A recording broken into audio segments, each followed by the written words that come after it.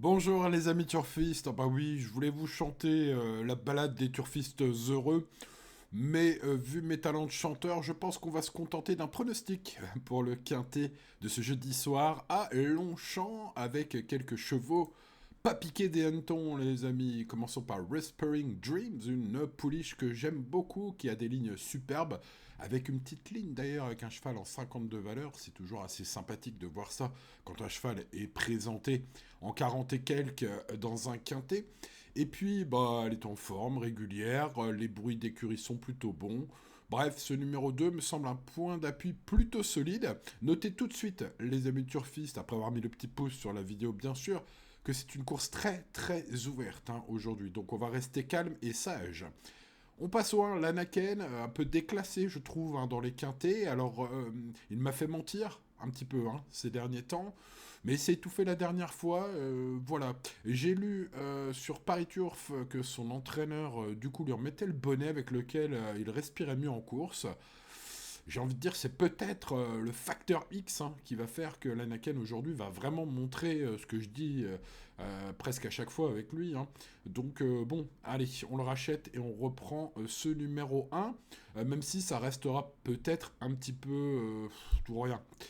Allez, procédons les amis turfistes et passons à Royal Check.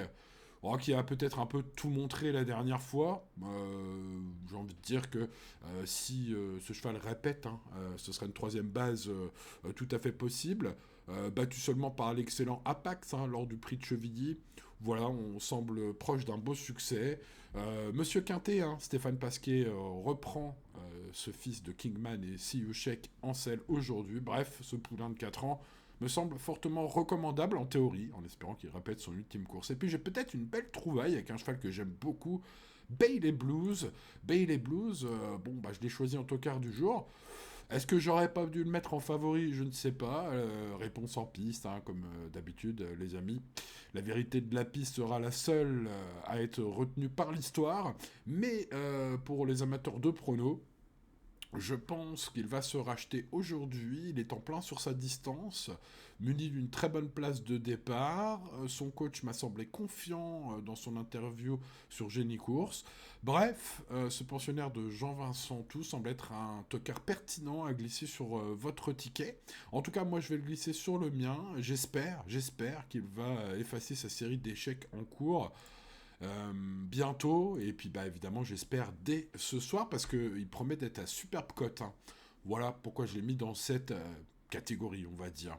Mais vous le voyez, l'indice de confiance parle pour lui-même. C'est très ouvert ce jeudi soir, ça va se jouer au parcours, au cheval qui aura, j'allais dire, bien pissé dans son box avant la course. Voilà, ça peut paraître fou, mais c'est quand même vrai.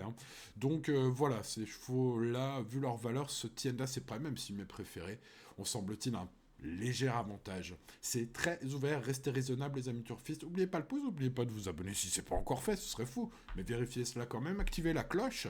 D'ailleurs, ça vous permettra de rien manquer. Par exemple, de ne pas manquer le quintet dans l'ordre à 8 000 € que je donnais vendredi dernier, par exemple. Si vous l'avez manqué, si vous aviez eu la cloche, ça vous aurait rappelé. En plus, il y avait un bel indice de confiance ce jour-là. Bref, voilà. Allez, trêve de pommade. Les amis turfistes, je vous souhaite bonne chance pour le quintet de ce jeudi et je vous dis à très bientôt pour de prochaines aventures. Ciao, ciao.